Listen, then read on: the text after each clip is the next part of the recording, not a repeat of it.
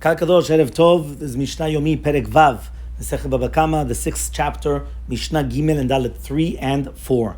Mishnah Gimel now is going to continue talking about, again, the damages which are done by an animal when it's going to eat. So therefore it says now like this: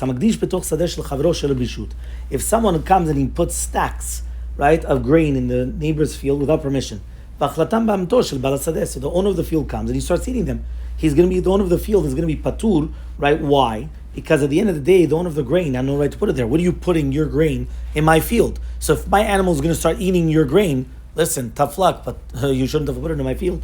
And not only that, if my animal gets damaged from the grain that you put in my field, he's going to be obligated to pay me as well. But if he had permission to put the stacks of grain in my property, the Bala Sadeh is going to be chayav. Why? If I give you permission to put it there, and now something happens with my animals, whether they eat it or things like that, so for listen, I give you permission. So I had to watch my animal. Or if my animal gets damaged, right, at the end of the day, listen, you have permission to put it there, so it's not your fault, so therefore you don't have to pay me. Mishnah Dalet says, if you're going to send a fire in the hands of, again, a deaf mute, or a person that's incompetent, or a minor, patur bedine adam chayav dine shamayim. At the end of the day, you're going to be exempt from dine adam. Why? Because at the end of the day, you didn't do it yourself. But you're still chayav dine shamayim. Why? Because according to the heavens, listen, you actually put a fire in a child's hands. You're right, you yourself didn't come and put it into your neighbor's thing, but you give it to a child. And now a child's going to come and he's going to light something, going to play around with it, and then he could start a big fire. So therefore, you're chayav b'dinei shamayim, but patur b'dinei adam. Shalach bi'ad pikach. But if you gave it to a normal person, hapikach is going to be chayav. Why? Because he's instead of you. He's normal. He should have been careful.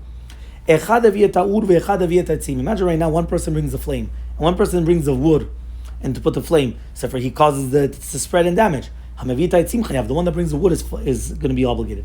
If one brings the wood and then one person comes and he brings the fire, the one that brings the fire is chayav. Why? Because if it wasn't for the fire that came afterwards, the wood is by itself, it's nothing.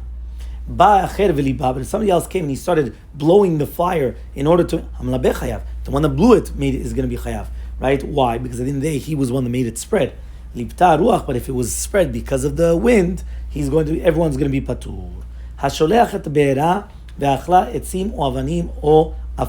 Imagine you send a fire, and what happens is that it started with you in your own premises, and then it went to your friend's property.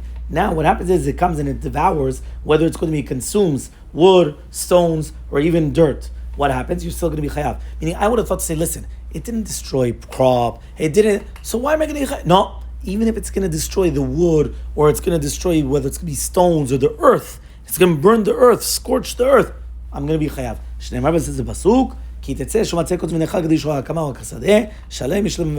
that mean? If the fire is going to go out and find thorns, or a stack of grain starting within the field, right, and it's going to be consumed, he's going to have to surely pay. By adding the word the field, it's teaching that you have to pay even for stones that were blackened, or the earth which is going to be scorched, you still have to pay for it.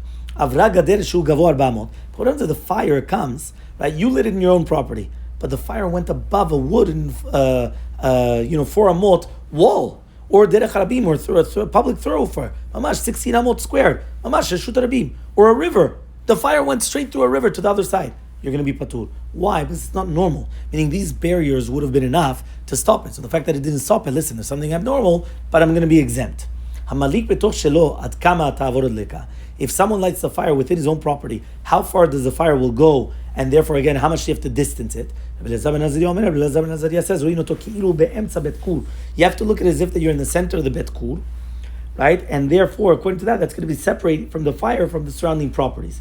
Rabbi Eliezer comes and he says, you need like a public thoroughfare, which is 16 amot square. Rabbi Akiva, Rabbi Shimon Omer, right? Sorry, that's going to be the Rabbi Eliezer. Okay, Rabbi Akiva comes and he says, 50 amot. Rabbi Shimon Omer, Rabbi Shimon comes and he says, which is 25 square meters. Depends on the size of the fire. Meaning, it all depends on what type of a fire you made, how much you have to distance from all the people which are going to be surrounding you. Okay, so that was Mishnah Daled.